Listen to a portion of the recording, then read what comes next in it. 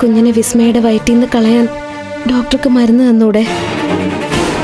അങ്ങനെ വല്ല മരുന്നുണ്ടോ? മരുന്നൊക്കെ ഉണ്ട്, പക്ഷേ അത് റിസ്കാ. വിസ്മയ അറിയാതെ എങ്ങനെ? അത് ഞാൻ ശ്രദ്ധിച്ചോളാം. മരുന്ന് തന്നിട്ട് എങ്ങനെ എന്ത് ചെയ്യണമെന്ന് ഡോക്ടർ പറഞ്ഞു തന്നാ മതി. വിസ്മയ്ക്ക് ഒരു സംശയവും തോന്നാതെ ഞാനത് അവൾക്ക് കൊടുത്തോളാം. ഈ ഭൂമിയിൽ പിറന്നു വളരേണ്ട ഒരു ജീവനെ ഇല്ലാതാക്കുക വെച്ച മഹാപാപം തന്നെയാ. പക്ഷെ വിസ്മയെ രക്ഷിക്കാൻ മറ്റൊരു വഴിയില്ലാതായി പോയില്ലേ ഡോക്ടർ? ശരി, രോഹിണി ഇരിക്കെ, ഞാനിതാ വരുന്നു.